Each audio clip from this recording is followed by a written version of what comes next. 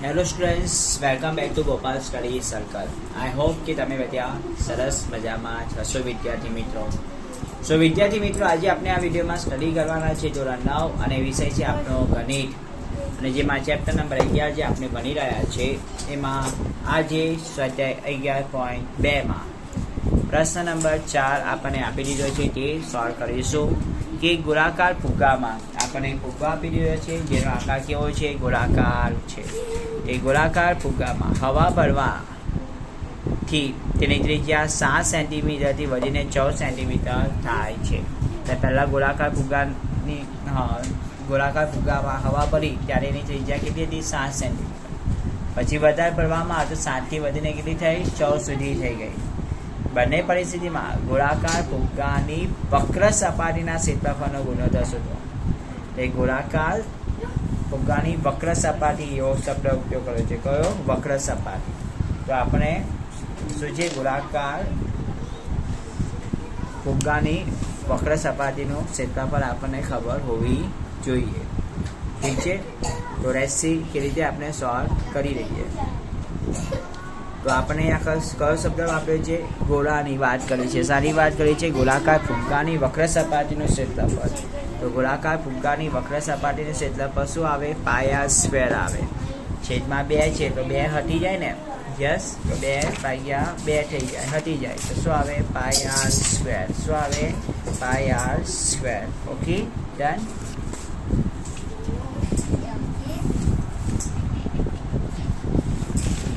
Let's see how to solve this example. તો પહેલા આપણે સૂત્ર લખી કાઢીશું. ગોળાકાર ફુગ્ગાની વક્ર સપાટીનું ક્ષેત્રફળ. હવે ફુગ્ગો ગોળાકાર છે એટલે સંપૂર્ણ ગોળ છે. આપણને સૂત્ર દેખો બાળકો, અહીંયા કંઈક તમે જુઓ. અર્ધ ગોળકની વક્ર સપાટીનું ક્ષેત્રફળ 2πr² છે. હવે એને 2 વડે ભાગી દઈએ આપણે. ઓકે, અથવા તો ગોળકની વક્ર સપાટીનું ક્ષેત્રફળ પણ તમે ઉપયોગ કરી શકો છો.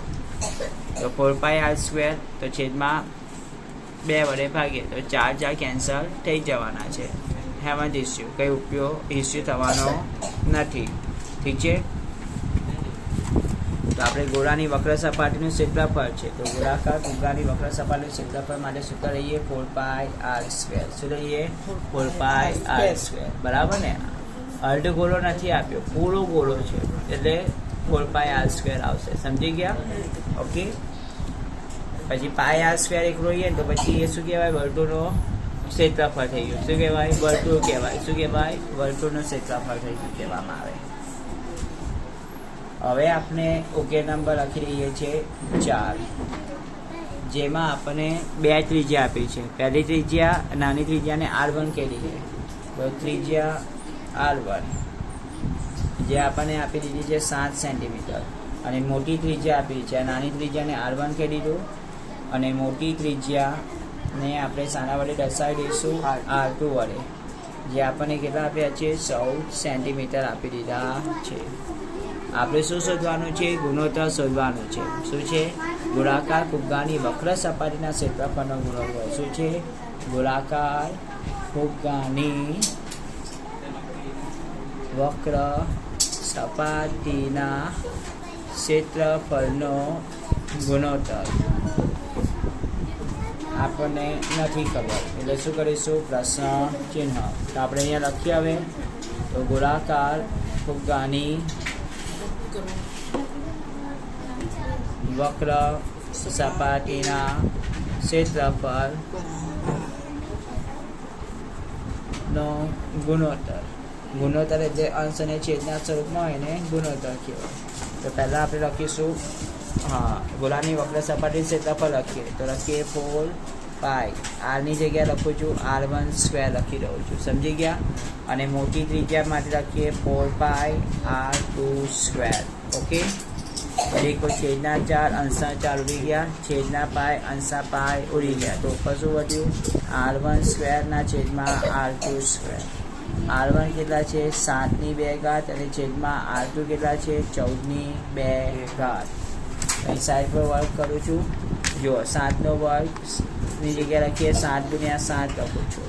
અને 14ના વર્ગની જગ્યાએ લખું 14 ગુણ્યા 14, તો 7 દુ 14, છેદમાં 2 આવે, કટ થઈ જાય તો સિમિલર 7 દુ 14, તો ઉપર કંઈ નહીં તો શું ગણા 1, તો ઉપર વધ્યું 1 ગુણ્યા 1 અને છેદમાં વધ્યું 2 ગુણ્યા 2, 1 એકા 1 અને છેદમાં 2 દુ 4, તો શું જવાબ આવ્યો 1/4, શું જવાબ આવ્યો 1/4.